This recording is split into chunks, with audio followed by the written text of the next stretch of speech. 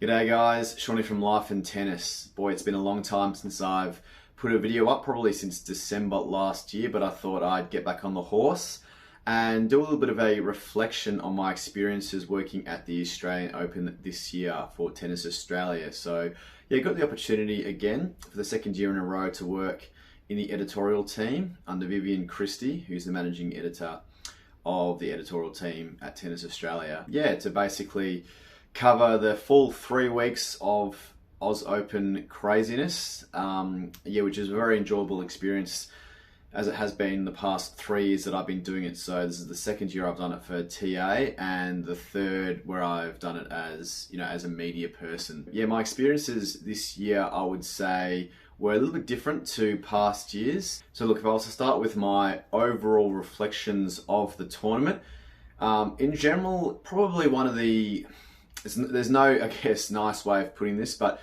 one of the duller tournaments in recent memory. There wasn't that much in the way of drama or really exciting matches.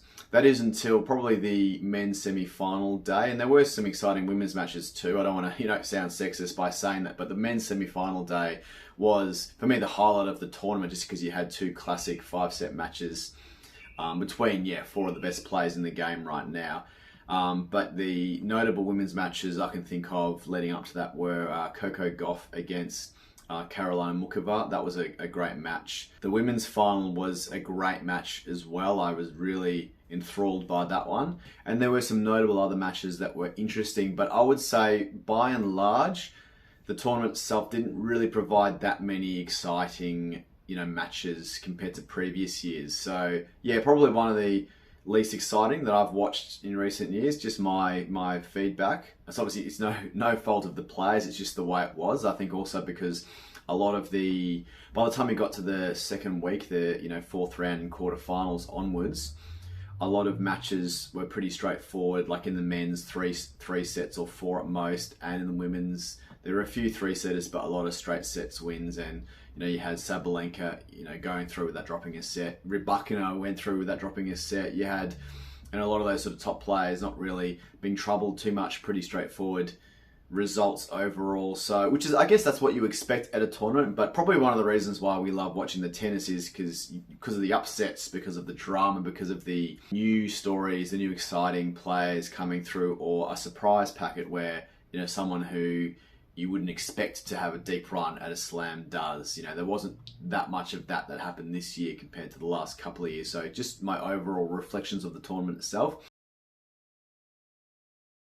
I've already mentioned the best matches, but we'll go over those as well. So the best matches of the tournament. First of all, I think my number one, just purely based on drama, is Alcaraz and Zverev, and in that semi-final, epic that lasted 5 hours and 27 minutes, which ended up being, I think, the third longest match in Australian Open history. I think the longest semi-final in Australian Open history, and one of the longest Grand Slam matches in history. And there was just so many ups and downs in that match, and I wouldn't necessarily call it one of the highest quality matches from start to finish, but just for pure drama and pure entertainment, not much beat that one.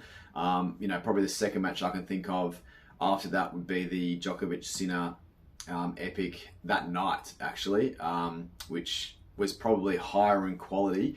I didn't actually catch the whole match from start to finish, but that was, in terms of pure quality, that one was probably the highlight of the whole tournament there. You couldn't really pick a better match in terms of, the best hardcourt player in the game right now, two-time defending Australian Open champion in Sinner, basically being challenged by a 10-time AO winner and, one of the greatest, if not the greatest players of all time.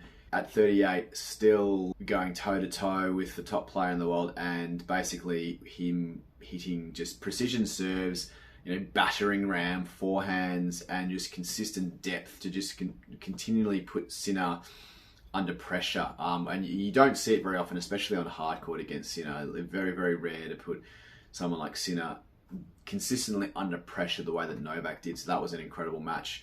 After that, the other ones I can think of, as I mentioned, Coco Gauff versus Karolina Muchova. I think that was a third or fourth round match. That was highly, highly entertaining as well.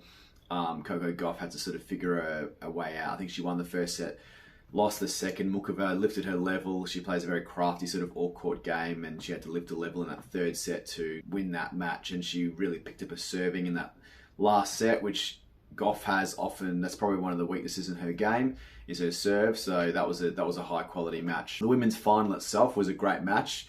Again, it was a really topsy-turvy match where you had Rybakina starting off really, really strong in that first set, getting that break and then holding on to win that first set. And then, Sabalenka gradually worked her way back in the second set, held on to win it. And then in the third set, she got a 3-love lead and looked like she was going to sort of cruise to victory, as probably a lot of us were expecting. But then Rybakina just held her nerve, and it was just the definition of composure under pressure. And for me, not a more deserving winner than Rybakina. I think she's one of those players that a lot of people have been talking about for a long time. She obviously won.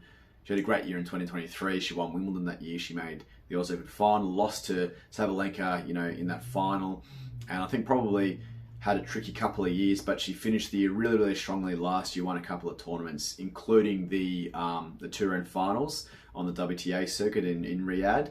And she beat Sabalenka in that match, so I think she probably in her mind mentally thought that she had the advantage, or at least knew that she was in with a big chance once she made that final. So incredible effort for her, and I couldn't think of a more deserving winner. So great effort from Rybakina. And of course Alcaraz, he was probably the overall story of the tournament. Just career Grand Slam, youngest male player ever to win all 4 Grand Slams, which is just insane. I mean, we've run out of superlatives to describe this guy now. He's 22 and he's already won 7 Grand Slams, which is the exact same amount as John McEnroe, as Mats Wilander, as a number of players who won 8 or 6, which he'll probably surpass in the next few years. So.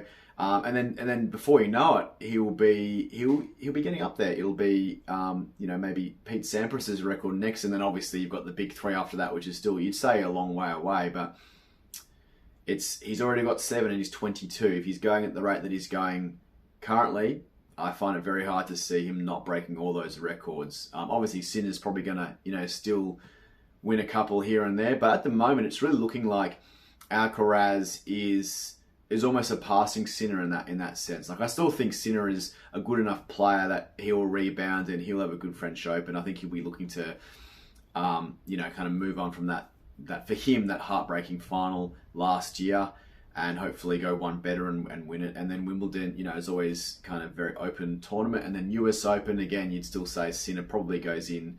Well, I don't know. Maybe you don't say Sinner goes in favourite, but I would say that still on hard court, Sinner and Alcaraz, I would still pick Sinner, but just with the way Alcaraz is, his confidence levels now must be just through the roof. Like, he's basically done something that only 5 players have done in the Open era history, by winning all 4 Grand Slams. And if he wins Oz Open next year, he'll be the youngest player to win 2 of each Grand Slam, which is, and by a long stretch as well. I think who was it that did it first? Maybe Federer. Oh no, it might have been Rod Laver. I'll have to check the numbers there, but I think the age he has to beat basically is like early 30s.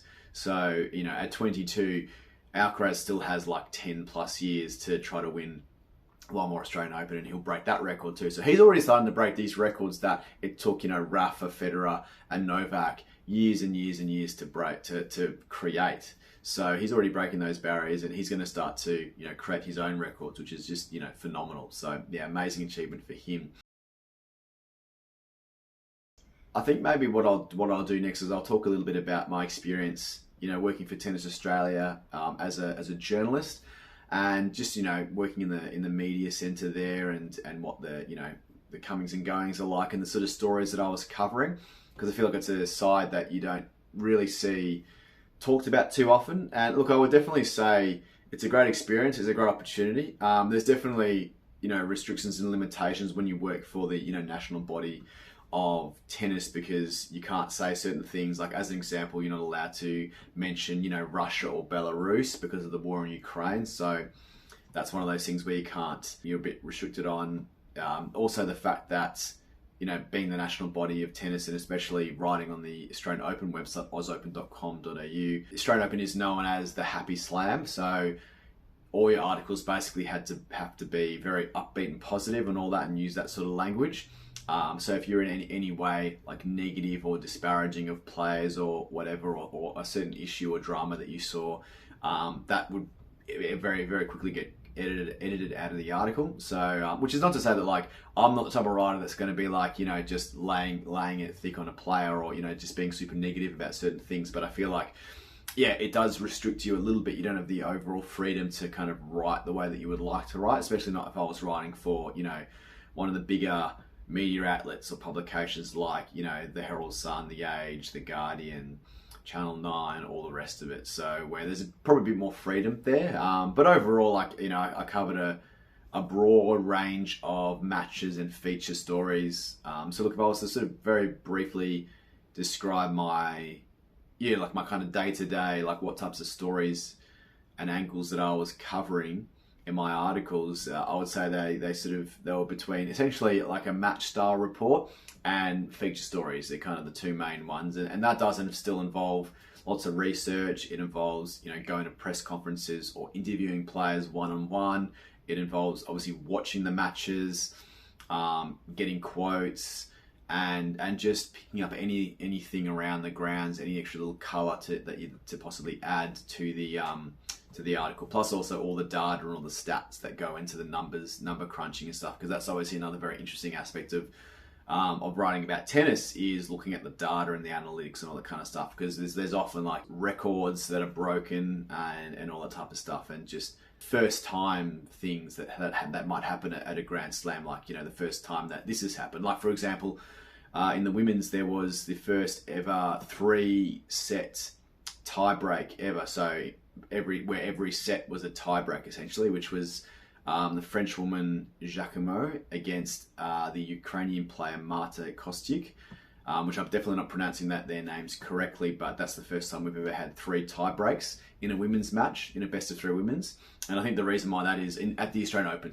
that is, and I think the reason why that is because we haven't had a 3rd set tie break in the women's match for that long. So we've only had it for I think about 4 or 5 years or something like that. So we haven't really, because in the past it was always win by 2 essentially. It might have been after COVID when they brought in the 3rd set tiebreak, or just before, but it's not like it's been like 100 years we haven't seen a match in the women's that's had 3 tiebreaks. It's just the fact that in the past the 3rd set was always win by 2, so we haven't played a tiebreak in that 3rd set. But things like that, they're always interesting story angles to cover, and interesting sort of data or records that might be broken at a given Grand Slam. So yeah, that's always quite fun to cover. In terms of like what did I cover, I covered everything from singles, doubles, wheelchair, and juniors, which is kind of that really covers the full spectrum of the Australian Open, all the events that are held there. But then it also includes doing feature stories that aren't necessarily related to matches. It could be about a certain player, or it could be about something in general about the Australian Open. Or so, like as an example, I did a feature story on top 5 matches of round 2, for example, like as a match preview type piece, which is like, okay, let's look at the draw and see what matches are scheduled for day 2 or round 2. And which ones I think going to be, the best ones to watch, the most exciting matches. So that requires a bit of, creative kind of thinking, and also looking at the matchups themselves, the player histories and things like that, the styles, all that kind of stuff. So there's a bit of creative license that goes into those types of feature stories. So that type of stuff, those types of stories I was covering. So it was usually, anywhere between 1 to 3 articles per day, which doesn't sound like a lot, but when you think about how long a match takes, also when you're doing several matches in a day, you might actually do a piece where you submit it as soon as one match is over, and then you might add in another few paragraphs when the next match that you're meant to be following finishes as well. And then after that, you might even have to, every piece needs to have quotes, but you might have to attend the press conference to then add in those quotes at the end. So it's almost like a continual story that you're basically following throughout the whole day. And especially given the fact that, working for Tennis Australia, you always have to cover the Aussies. So the Aussies are the priority number one. And then, especially, I guess, as you get into the second, third week of the tournament, as the Aussies inevitably, unfortunately, start dropping off, there's a bit more leverage to cover, all different stories and things like that. But usually you get at least Aussies in, juniors, in wheelchair events, and in doubles especially. We had a mixed doubles pair that won in John Peers and Olivia Gadecki, which was amazing because it was their second time in a row they've won the mixed doubles there. So that was, for me, another highlight of the Australian Open, is seeing Aussies again winning at least one title, which I think we've had an Aussie winning at least one title at the Australian Open in all events, which includes, juniors, wheelchair, singles, doubles, since 2000 and I'm going to say 11 potentially. And I think a lot of that, if you actually look at a lot of it, it's probably Dylan Alcott. It's probably the one that's, won a lot of those titles for us between, I think in the 10-year period between 2015 and, or maybe 2013 and 2019 or 2023 or something like that. Dylan Alcott was winning a lot of Grand Slams. But then you also had, some junior success, you had some double success, and you had Ash Barty winning a singles event, obviously in 2022, which was, one of my highlights of Aussie highlights in the last sort of 5 years. So yeah, it's good to see that we at least still have some Aussie success in some small regard. Obviously in the singles, where I think it still feels like we're a long, long way, even if, Alex de Minaur is highly successful in making quarterfinals at every slam he plays. Basically, he just can't quite get past that hurdle. And I think actually I saw a stat the other day that said that had like a list of players who haven't got past the quarterfinal stage, and he's second just behind Andrei Rublev of all players. So he's been to the quarterfinal 7 times and hasn't managed to get past it once. Andrei Rublev, on the other hand, 10 times. So that's insane, that you've got those two guys at the top there that just can never get past the quarterfinal stages of a Grand Slam, even though they're obviously extremely talented players that really should have.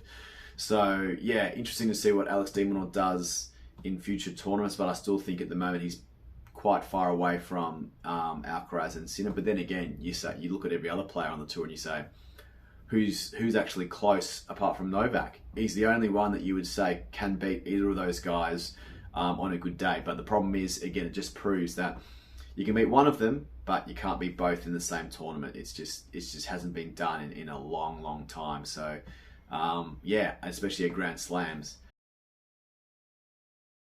I'm really not sure who's going to be that player that kind of breaks through and beats those two guys, unless one of them gets injured or their ranking drops and, they play each other early or something like that, which means that they wouldn't, someone else on the other side of the draw wouldn't have to play both.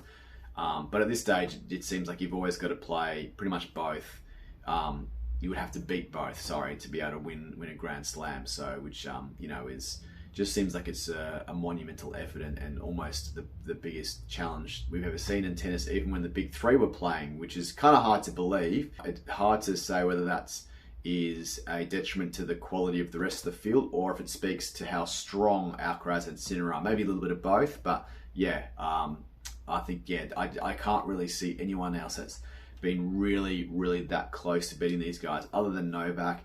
Maybe, Felix Auger-Aliassime probably has the game to do it against those guys, and he did win a set against Sinner last year at the US Open, but don't necessarily think that he's got the mental at the moment to compete with those two guys. So there's a bunch of others. Jack Draper, I think he's been injured. He's capable, especially on hard court. You've got the guys like Taylor Fritz, very, very solid, but I just don't think he's got the game to beat either of those guys. Zverev, again, if he couldn't beat basically cramping, almost out of the tournament Alcaraz in that semi-final, he's never going to win one.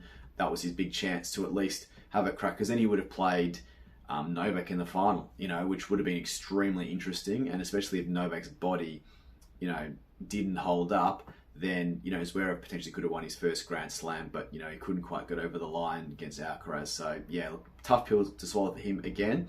But, yeah, I'm just I keep trying to rack my brain as to who that, that next guy is going to be. We've talked about Rune for a long time, but Rune's not really you know, he sort of dropped off a little bit. It's really hard to see who that next player is going to come through. And Fonseca at the moment, you know, everyone talks about João Fonseca, but he's still far away from that at the moment. Like, I think he's still maybe 2 or 3 years away from really being a force in tennis. And everyone was saying, oh, you know, he's going to be there now. But like, Alcaraz is 22 and he's won 7 Grand Slams. So I don't think Fonseca's going to have that same trajectory that Alcaraz has had. He's definitely still going to be a player to look out for, but it's hard to say, you know, where that or how long that rise is going to take.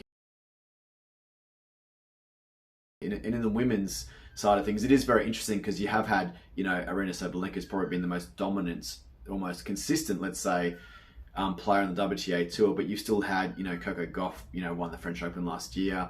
You've had obviously Rybakina at the Oz Open this year. You had, you know, Amanda Anisimova, you know, made a couple of finals last year, so she had a big year and a big rise as well. You know, you've got a few different players there that are, you know, there or thereabouts. So you never really feel like in the women's it's the same thing. You don't ever feel like Sabalenka's just gonna, you know, win every single Grand Slam. She often does dominate the rest of the field, but when she, you know, plays, for me, there's several players that can beat her at the moment. Rybakina being one, Coco Gauff being another. You know, you never know with Iga Swiatek, obviously, whether it's clay, hard court, or grass, but you know, she's obviously one of those players that can beat Sabalenka, and there's a number of others that, you know, have been competitive with her over the years. So it's always, the women's is a bit more interesting. There's at least 4 or 5 players there now that are, you know, starting to really look like, you know, Grand Slam champions and consistent, you know, top 4, you know, or even top 2 or 3 players. So it does feel like it's a bit more even on the women's side, whereas on the men's it's just synchronized. It's that duopoly we always talk about. This year we had our own sort of separate section. In terms of Tennis Australia had its own separate section for editorial and for the photo editing and things like that, and the socials have their own, you know, section as well, and then the rest of the media sits in like another room basically, and there is like a little radio room in a lower level which is kind of for everyone else, but like the main sort of media room, which is called the Norman Media Room, generally will have, you know, the big journos from like the Guardian, the Age, the Herald Sun, Channel 9, all of that, ESPN, all that kind of thing. So yeah, it's always interesting. You see those familiar faces that you see every year, and you know, especially when you go to the big press conferences for like, you know, Novak, Alcaraz, you know, Sabalenka, Coco Gauff, like you'll see all the same sort of journalists, and you know, it's funny just the type of questions they ask, and there's always like themes around like types of questions that these journalists will ask.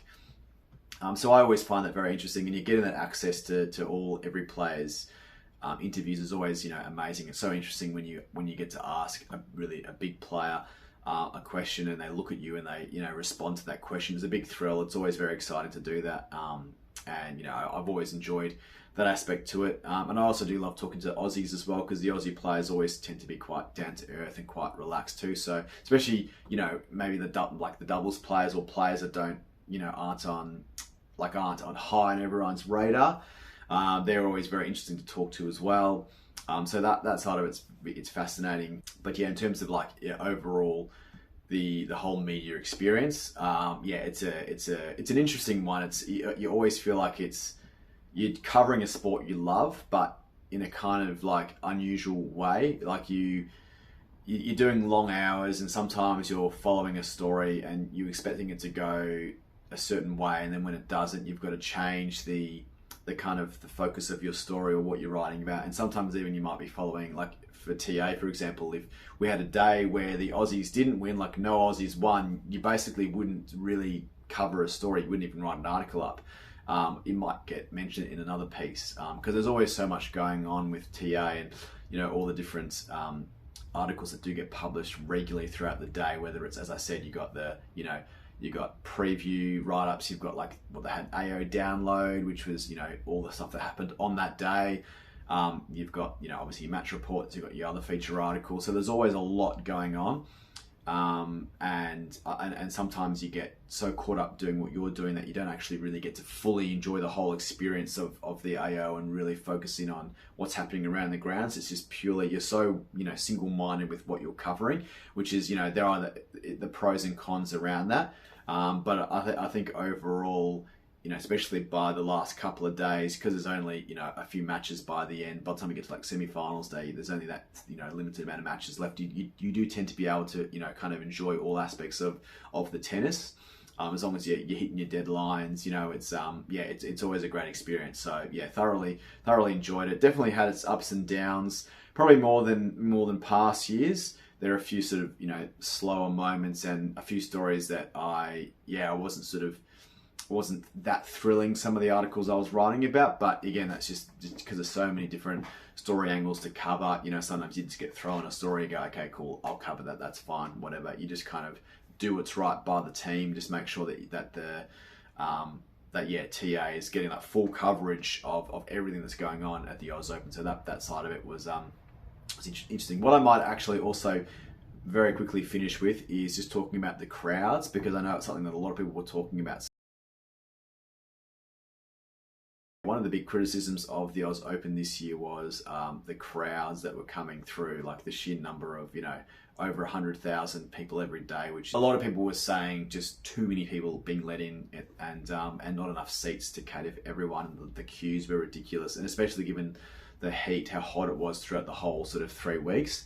I think the first criticism I heard about the crowds was that that first week, the qualifying week, a lot of people, the way it was marketed was people thought that first qualifying week was the start of the tournament, like the actual main draw of the tournament, because it was called opening week, basically, which essentially just means that's the very start of the tournament. So qualifying week doesn't mean the start of the tournament, really. It means, well, technically speaking, it's correct. It is the start of the tournament, but it's players that haven't qualified for the main draw that are trying to get through. So I think I did see people complaining that they weren't aware that they weren't actually watching, like a main draw match. So there were all these qualifying matches that were getting these ridiculous crowds in the first week that would probably never see that level of attendance at one of their matches, but were, getting cheered on like it was, third round of the main draw kind of thing, which is actually absolutely amazing for the players.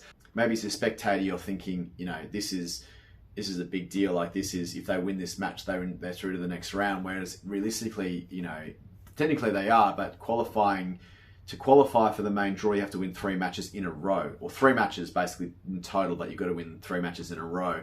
So just winning 1 match doesn't guarantee you're gonna, qualify for the main draw. So I think a lot of people didn't necessarily realize that, which for me is good and bad, because I think, it's good that you're getting these crowds to watch qualifiers or players, trying to qualify that wouldn't normally get those types of crowds, getting that support, which is amazing. And it's good. It would be good if a crowd of, say, tennis enthusiasts, but maybe more casual fans that aren't totally aware of all the ins and outs of, how qualifying works at Grand Slams, just to educate them a bit in what's required to qualify for a Grand Slam. That might have, maybe made it less frustrating for some fans that sort of didn't realise that qualifying week didn't necessarily mean that this player is qualified for the main draw. But for me, overall, I think I do tend to agree with people in saying that I do think there were too many people that were letting through the gates. And I think what it should really come down to, this is just my opinion, feel free to disagree with it, but I think it should really come down to the amount of seats that are available at all the stadiums and all the courts around the ground. So let's just say you've got like a total capacity, and I don't know that these numbers off by heart, but let's just say off the top of my head, there's about 50,000 seats on all of the main stadiums, and a handful of others at the outside courts. But let's say we use 50,000 as a number. It's probably more than that. You should cap the ground passes at, like, say 60,000 or something like that, so that you're not getting these massive queues of people waiting to get into a court, to the point where you have to almost pick a court and then just stay there for the whole day, because people, come and go. I know they have pass outs and things like that, but I think the pass out was only, like, they said it was only like 10 minutes. Like, you're only allowed you only have 10 minutes for a pass out before you can come back in, or something like that. I can't remember. Maybe I'm wrong, but I do still think even then it's like, there's still going to be way more people, you know, lining up, waiting to get in, and they're not going to get in. And what's the point of waiting in a line for like an hour to get into a match where you don't know how long it's going to last? You know, if you had if it was like a fixed time limit, you'd have a better idea. But you know, sometimes matches can drag on, other times they can finish very quickly. So you might be in line for an hour, and then all of a sudden the match is basically over.